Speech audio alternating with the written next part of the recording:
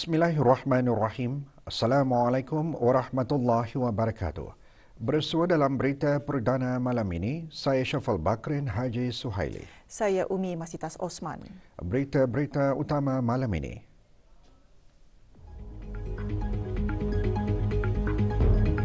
Presiden Majlis Olimpik Kebangsaan Negara Brunei Darussalam bersabda menyeru persatuan-persatuan sukan kebangsaan supaya sentiasa memastikan dan membuat perancangan yang lebih terperinci.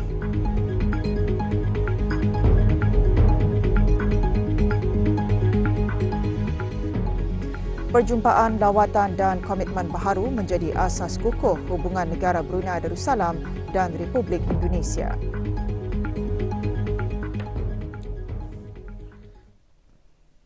Duli Yang Teramat Mulia Paduka Seri Pengiran Bendahara Seri Maharaja Permaiswara Pengiran Muda Haji Sufri Bolkiah Ibni Almarhum Sultan Haji Omar Ali Saifuddin Sa'adul Khairuddin, Presiden Majlis Olimpik Kebangsaan Negara Brunei Darussalam bersabda menyeru persatuan-persatuan sukan kebangsaan supaya sentiasa memastikan dan membuat perancangan yang lebih terperinci terhadap atlet-atlet mereka. Ini sabda Duli Yang Teramat Mulia sangat penting bagi mana-mana atlet dalam membuat persediaan bagi menghadapi pertandingan sama ada bagi jangka masa pendek dan jangka masa panjang. Duli Yang Teramat Mulia bersabda demikian pada mesyuarat postmortem Sukan Commonwealth kali ke-22 pagi tadi. Mesyuarat berlangsung di Stadium Negara Hasnal Bolkiah, Brakas. Dalam sabda, Duli Yang Teramat Mulia menekankan persatuan-persatuan sukan kebangsaan tidak seharusnya berharap kepada bantuan daripada pihak Kementerian Kebudayaan Belia dan Sukan dan juga Jabatan Belia dan Sukan dalam membuat persediaan dan perancangan.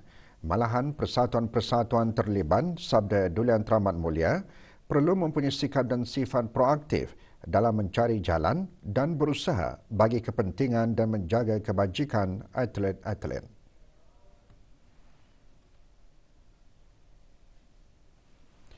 Duli Yang Teramat Mulia menekankan pertelingkahan tidak akan mendatangkan hasil, malahan hanya akan membawa kepada kejatuhan. Justru persatuan-persatuan sukan kebangsaan hendaklah sentiasa kreatif dalam mencari jalan penyelesaian bagi memastikan keharmonian antara persatuan dan atlet sentiasa terjalin. Mesyuarat mendengarkan laporan Sukan Commonwealth oleh Dianku Siti Amal Jariah binti Pengiran Haji Majinin selaku Chef de Mission. Dalam laporannya, beliau antara lain menyembahkan beberapa cadangan bagi meningkatkan pencapaian atlet. Antara yang hadir, Pengiran Muhammad Amir Rizal bin Pengiran Haji Mahmud, Setiausaha Tetap Kesukanan Kementerian Kebudayaan Belia dan Sukan selaku pengerusi jawatan kuasa tertinggi penilaian dan pemilihan atlet kebangsaan. Acara untuk menyertai Sukan Commonwealth yang mana diadakan lebih awal. Status harian normal baharu COVID-19. 3 kes kini berada dalam kategori 4 iaitu memerlukan bantuan oksigen dan di bawah pemantauan rapi. Kementerian Kesihatan memaklumkan 177 kes dilaporkan sembuh hari ini.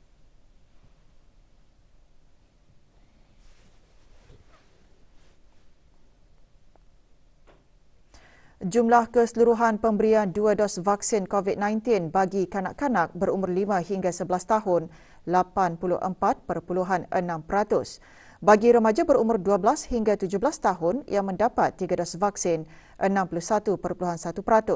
Manakala liputan bagi rakyat dan penduduk negara ini yang mendapatkan 3 dos vaksin 78.3%.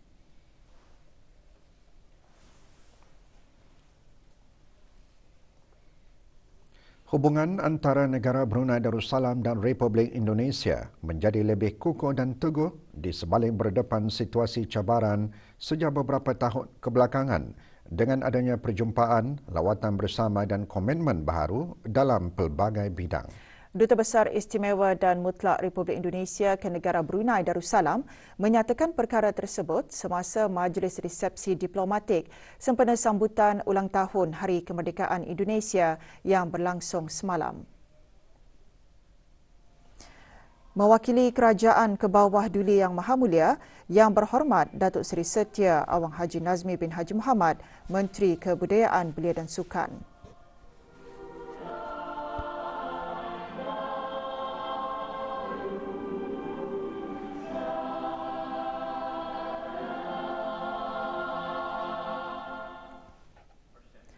Ketuanan Terutama Dr. Sujat Miko dalam ucapannya juga melahirkan penghargaan kepada Kebawah Duli Yang Maha Mulia di atas peluang yang diberikan kepada para pekerja asing negara itu untuk tinggal dan bekerja di negara ini.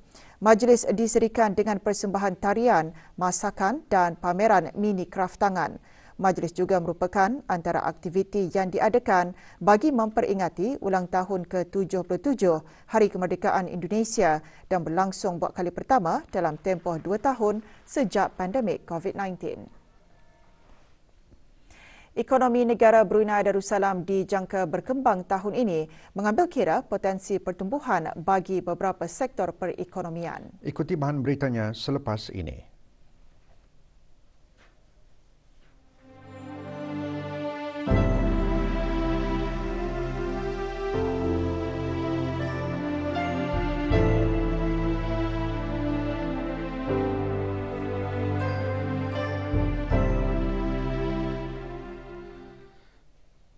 Bersempena Karnival Memperkasa Budaya Membaca, Dewan Bahasa dan Pustaka melalui bahagian perpustakaan, pagi tadi menganjurkan Majlis Khatam Al-Quran.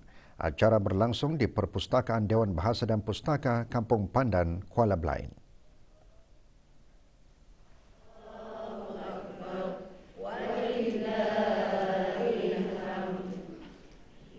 Hadir Dr. Siti Nurhalbi binti Haji Wasal Fela, Timbalan Setiausaha Tetap Kebudayaan Kementerian Kebudayaan Belia dan Sukan. 61 peserta terdiri daripada Muslimah Masjid Momong menerima sijil. Karnival Memperkasa Budaya Membaca merupakan salah satu aktiviti tahunan Dewan Bahasa dan Pustaka dalam usaha menyemai minat membaca dalam kalangan rakyat dan penduduk di negara ini.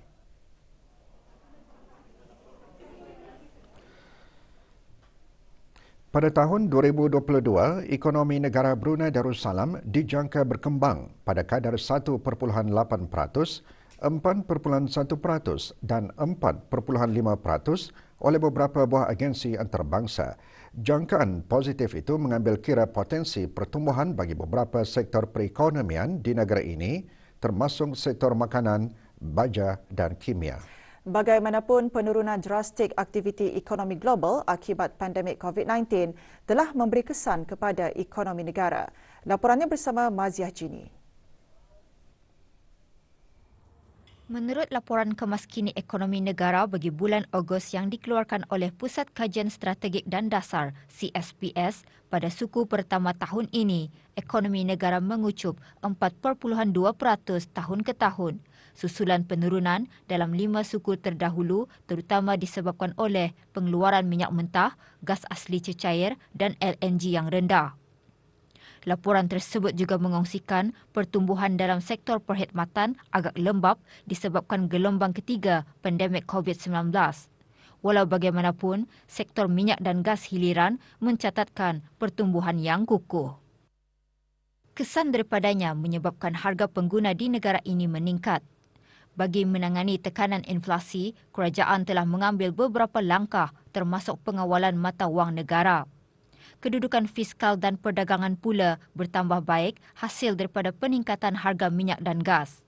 Selaku pengguna, kita juga boleh memainkan peranan untuk menjadi pengguna bijak. Untuk menangani situasi ini ialah tani perlu belajar bagaimana caranya untuk menjadi seorang pengguna yang bijak. Tani perlu juga menjadikan diri ke tani ini jangan mengelakkan pembaziran. Dalam pembelanjaan tani sebulan-bulan itu, tani mesti kira. Kalau barang ini boleh dihabiskan 2 bulan, mengapa perlu tani berhabis memakai akan dihabiskan dalam masa sebulan? Jabatan Perancangan Ekonomi, diorang ada this app called Pengguna Bijak, app ini, dan gunakannya untuk kira membanding harga-harga barangan yang ada di tempatan lah. So melalui aplikasi tersebut boleh dipakailah untuk jika ada tempat yang menaikkan harga dan bertuturan ataupun anda mendisplay harga yang betul. Meskipun berhadapan cabaran akibat COVID-19, namun negara akan terus merangka beberapa strategi pemulihan ekonomi yang mewajarkan negara dapat kembali kepada keadaan sedia kala termasuk usaha mempelbagaikan ekonomi. Biro Kawalan Narkotik melalui Divisyen Pendidikan Pencegahan Dadah menganjurkan Forum Cegah Bersama Negara Bahagia menurut perspektif Melayu Islam. Sempena sambutan Hari Antarabangsa menentang penyalahgunaan dan pengedaran dadah haram 2022 peringkat daerah. Forum yang dianjurkan dengan kerjasama Pusat Dakwah Islamiah dan Radio Televisyen Brunei itu berlangsung petang tadi di Dewan Kemasyarakatan Mukim Bokok, daerah Temburong.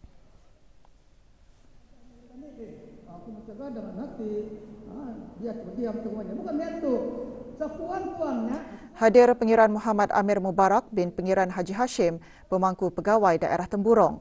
Forum dihasrat dapat memberi pengetahuan kepada masyarakat umum dalam mengikut konsep Melayu Islam Beraja di samping meningkatkan kesedaran masyarakat untuk mengekalkan keharmonian, kesejahteraan dan kebahagiaan hidup tanpa dadah.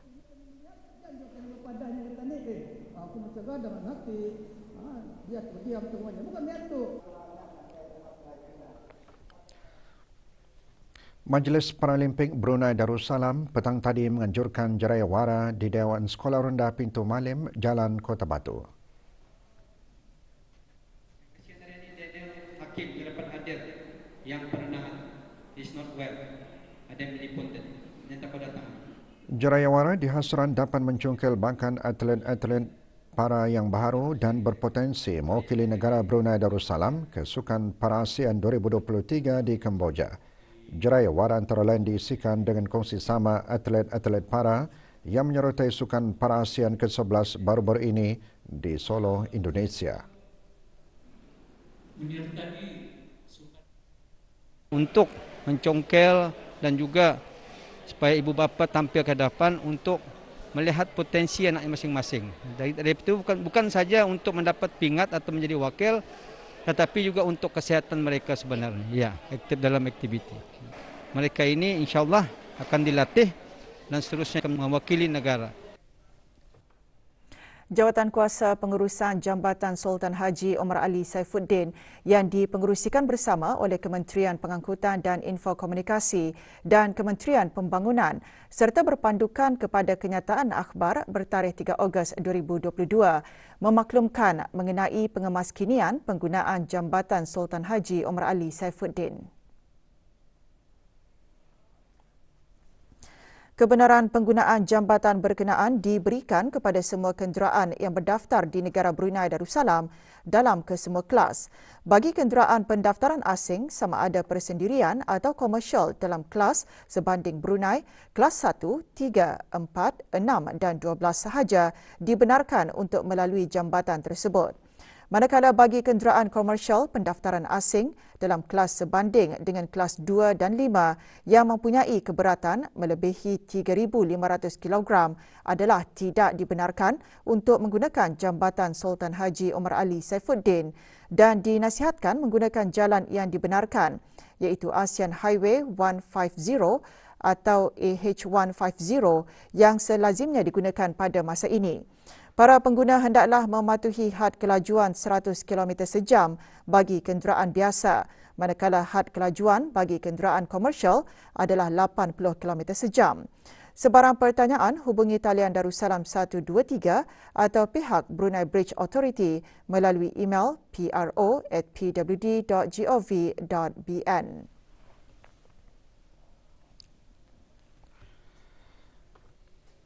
Pendaftaran bagi membaharui kad pengenalan yang mansuh dan menggantikan kad-kad pengenalan yang rosang atau hilang iaitu khusus bagi kad pengenalan kuning dan ungu sahaja akan dibukakan bermula hari Isnin 19 September 2022 di samping pendaftaran bagi permohonan yang mencapai umur 12 tahun.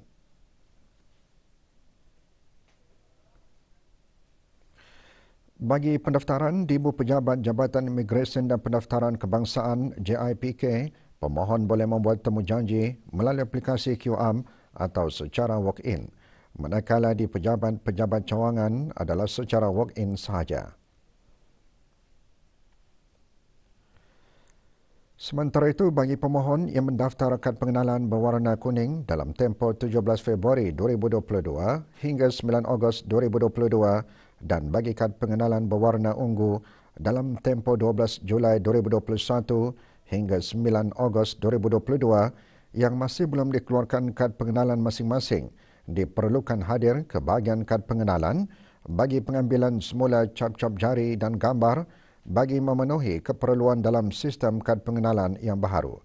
Dalam masa yang sama, kaunter-kaunter pendaftaran yang khusus akan disediakan dan dikendaki membuat temujanji melalui aplikasi QAM bagi pendaftaran di Ibu Pejaban dan secara walk-in bagi pejabat-pejabat cawangan.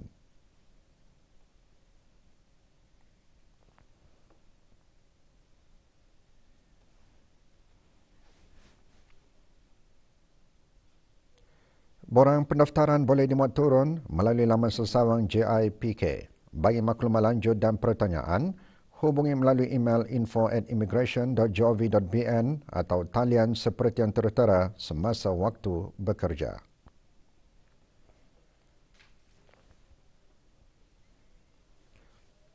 ...28 peserta terdiri daripada penghulu-penghulu mukim, ketua-ketua kampung dan pemangku ketua-ketua kampung menghadiri taklimat kefahaman bahagian-bahagian dan unit-unit di bawah Pejabat Hal Ehwal Ugama Daerah Tutong.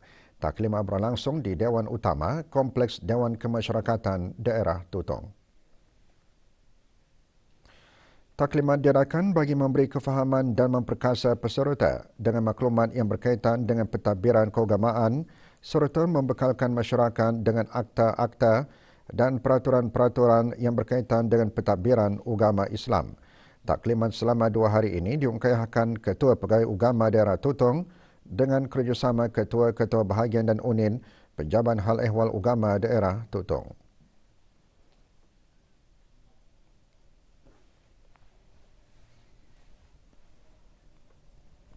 Lapan kesalahan kompaun dikeluarkan semasa operasi sepadu sekatan jalan raya di kawasan Jalan Bukit Barun, Kampung Lamunin, daerah Tutong semalam. Operasi melibatkan pegawai dan keanggotaan dari daerah Polis Tutong, Jabatan Kastam dan Eksais Diraja JKED serta Biro Kawalan Narkotik. Operasi diketuai oleh Pegawai Lalu Lintas Daerah Polis Tutong, Penolong Penguasa Polis Ivy Han. Kesalahan kompaun melibatkan kesalahan seperti memasang pelekat plastik filem atau tabir, kenderaan tayar nampak benang dan memandu kenderaan yang tidak layak dari segi keselamatan. Semasa operasi itu juga 2 lelaki tempatan ditahan kerana memiliki 2 paket rokok dan rokok elektronik. Kedua-dua suspek dan barang rampasan diserahkan ke pihak JKED bagi siasatan dan tindakan lanjut.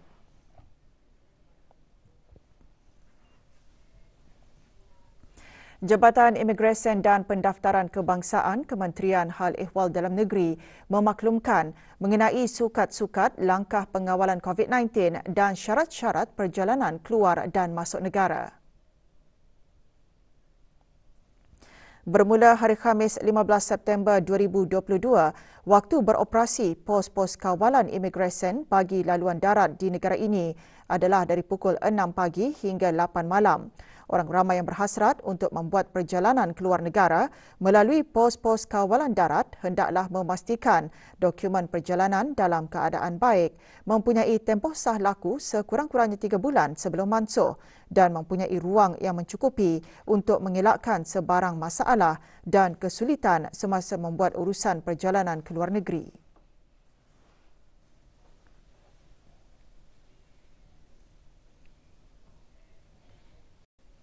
Empat ahli kontingen negara Brunei Darussalam terdiri daripada jurulatih dan atlet sukan petong berlepas ke Kuala Lumpur, Malaysia petang tadi bagi menyertai Sukan Malaysia Sukma kali ke-20.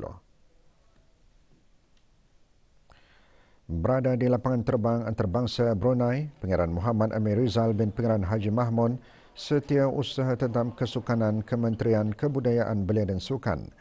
Negara Brunei Darussalam mula mengikuti Sukma pada tahun 1996 dan kali terakhir menyertainya pada tahun 2018 di negeri Perak. Rombongan terakhir akan bertolak ke Kuala Lumpur, Malaysia pada Sabtu ini.